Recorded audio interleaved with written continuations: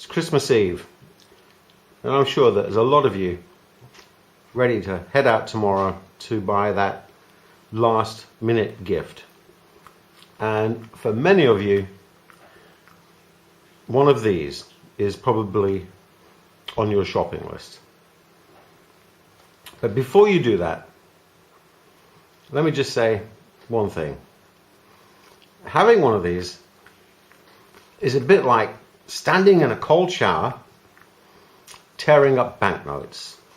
You know, you have vets bills, you have chipping bills, you have transportation, especially if you're an expat and you want to move overseas, you know, take them back home with you, that sort of thing.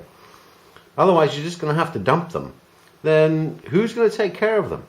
You know, after living with you for a few years, you know, just dumping an animal, it's, it's stressful. You know, they get, PTSD, they get post-traumatic stress disorder.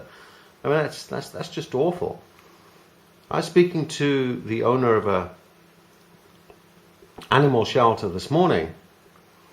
We've worked with quite a few animal shelters at Ridealist, and they tell us that Christmas, Chinese New Year, Valentine's Day are probably the worst times for the animal shelters and the animal rescue people.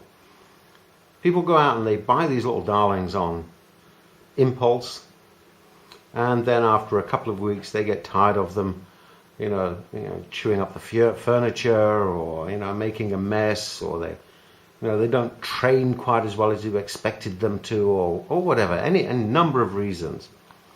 And then they just get dumped. Now that's awful. I mean, it really is.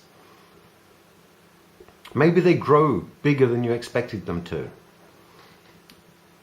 If you have thought it out and you believe that you are ready to take on the responsibility of an animal, a dog, maybe not one, but a dog or a cat, my suggestion is go to an animal shelter and get a rescue dog. Get an animal from an expert who cares about the animal's welfare, not just how many dollars the animal is going to put into the till of the shop. They'll give you the best advice on how to care for the animal's temperament, and they'll also check you as well and see if you're ready, to have one of these. And if you both check out, then trust me, you are going to have hundreds and hundreds of nights when you simply are not going to need to take a shower before you go to bed at night. Frankly, in the middle of winter, being licked to death by a warm tongue, you can't beat it.